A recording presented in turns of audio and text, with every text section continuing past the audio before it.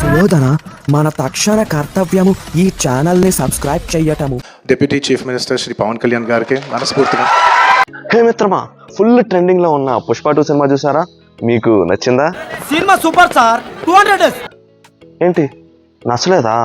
Cinema పోయిందిరా, confirm గా super flop రా. రివ్యూస్ ఓపెన్ చేస్తే ఒకడేమో సుక్కు ఫెయిల్స్ అంటాడు, ఇంకోడేమో అల్లు అర్జున్ కి మరో నేషనల్ అవార్డు అంటాడు. అందుకే మీ ముందుకు కొత్తగా ఒక పాయింట్ తీసుకొచ్చాం. అల్లు అర్జున్ ఫ్యాన్స్ మాత్రం ఈ వీడియో ఎండ్ వరకు చూడండి. ఎవడైనా యాంటీ ఫ్యాన్ మిమ్మల్ని ఏదైనా క్వశ్చన్ అడిగితే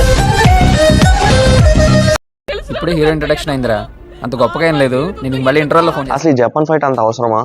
హీరోకి అంత ఎలివేషన్ ఇచ్చి అంత బిల్డప్ దొబ్బి సినిమాలో ఎక్కడ మళ్ళీ ఆ జపాన్ పాయింట్ టచ్ చేయరు.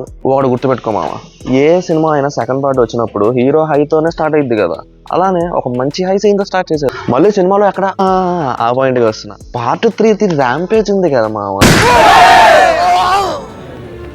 యాజ్ ఎ ప్రొడ్యూసర్ గా ఆలోచించు. ఈ జపాన్ సీన్స్ కొన్ని ట్రైలర్లో ఉన్నవి సినిమాలో లేవు కదా. ఒక 2 వారాలు అయ్యాక అవి కలుపుతారేమో, అప్పుడు నీకు ఒక క్లియర్ జస్టిఫికేషన్ వచ్చేసిద్ది.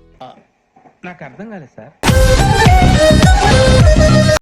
నా దృష్టిలో కొరియోగ్రఫీ అంటే డాన్స్ ఒకటే కాదు మామ, విజువల్ ఎక్స్పీరియన్స్ ఇస్తారు చూడు, అది కొరియోగ్రఫీ అంటే. దానికి బెస్ట్ ఎగ్జాంపుల్ ఈ పుష్ప సాంగ్ మామ.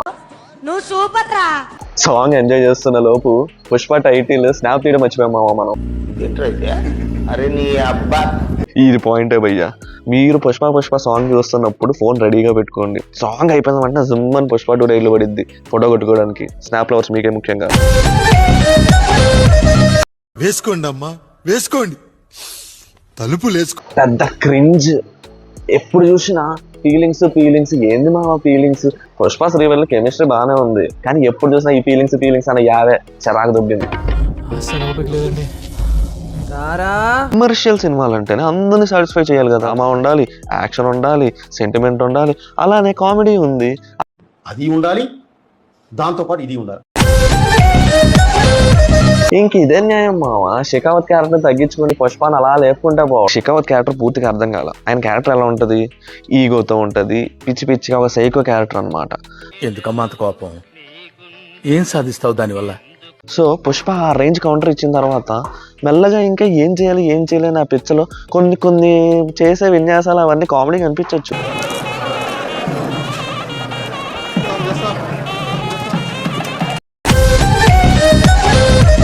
ఈ షెకావత్ క్యారెక్టర్ మాత్రం ఇంట్రడక్షన్ నుంచి ఒక లెవెల్లో ఊపేసి ఇంటర్వెల్ దగ్గర ఏంది మామ జోక్ అని చేసినట్టు అలా చేసి వదిలేశాడు మామ.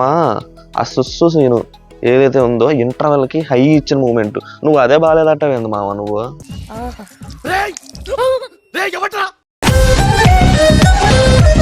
నాకైతే పుష్ప 1 కొద్దిగా బెటర్ అనిపించింది. చాలా లెంతీగా ఉంది, 2 గంటలకి ఇంటర్వెల్ వస్తుంది, ఏవేవో క్యారెక్టర్లు వస్తా పోతా ఉంటాయి. ఏంటన్నా మీ గురువు ఎలా తీసాడు? నీరసం వచ్చేసింది. సుకుమార్ సినిమాలో డ్రామా సీన్స్ ఇలానే ఎలాబరేట్ గానే ఉంటాయి.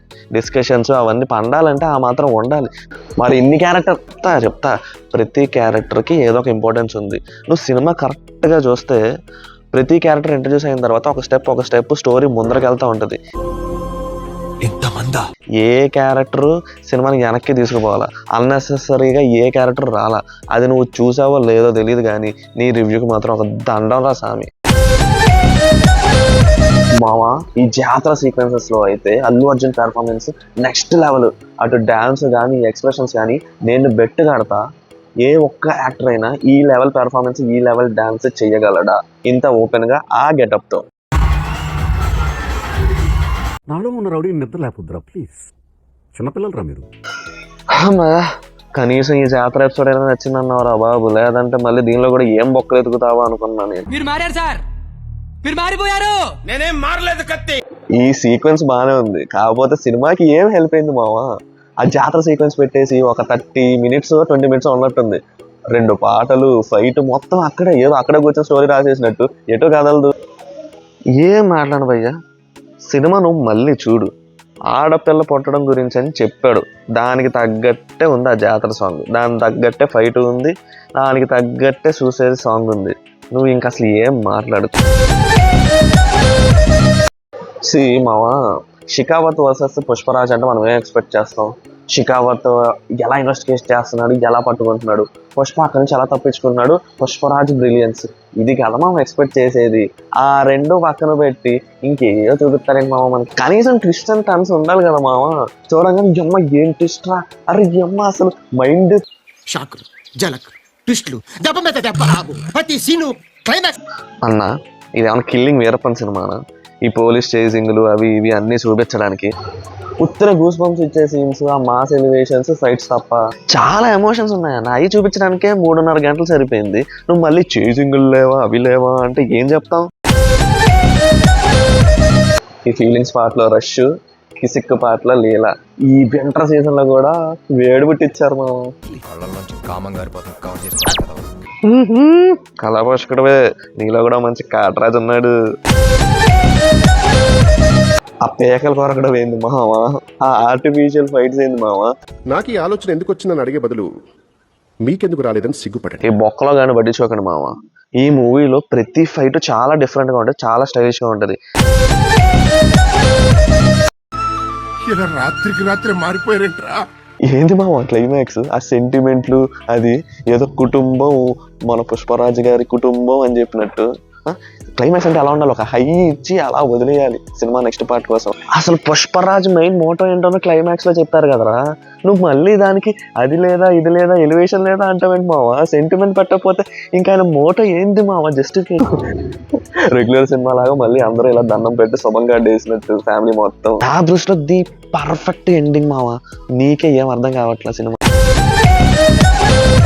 ఆ జగపతి బాబు క్యారెక్టర్ డిజైనింగ్ ఏంటి మావా, అంత వరస్ట్ గా ఉంది. ఢిల్లీలో ఆ రేంజ్ లో చూపించి ఆయన్ని పుష్ప ఆడుకున్నాడు అన్నట్టు అసలు ఎక్కడ కౌంటర్ చేయడానికి కూడా ఏం లేదేంటి మావా. కేజీఎఫ్ లో పిఎం ని చూడు ఎలా గలగలలాడిచ్చిందో, ఇక్కడ అసలు ఏం పీకలా. ఆయనకు ఒక తమ్ముడు అంట, ఆడేదో ఒక ఊరికి రౌడీ అంట, ఆడి కొడుకు అంట. ఏంది మామ ఇది ఎక్కడన్నా సుకుమార్ రైటింగ్ లో ఉందా అసలు? అసలు వీళ్ళని ఎందుకు వస్తాడో ఎందుకు పోతున్నాడో ఎవరికి అర్థం కావట్లేదు. ఫస్ట్ పార్ట్ నుంచి చూస్తున్నా, బొక్కలో గాళ్ళందరినీ చంపేస్తాడు. మెయిన్ తలకాయలో మెయిన్ విలన్స్ ఏం చంపరు, అందరిని దాచిపెట్టుకుని ఏం పీకుతారు మామ వీళ్ళంతా. మళ్ళీ వీళ్ళకి తోడు జగపతి బాబు మళ్ళీ యాడ్ అయ్యాడు.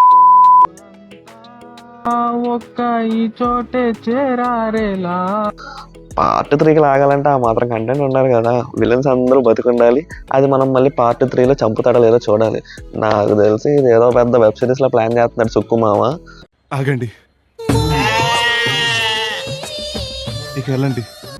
సినిమా చూసిన తర్వాత రివ్యూ చదవాలి తప్ప రివ్యూలు చదివి సినిమాకి వెళ్ళకూడదు.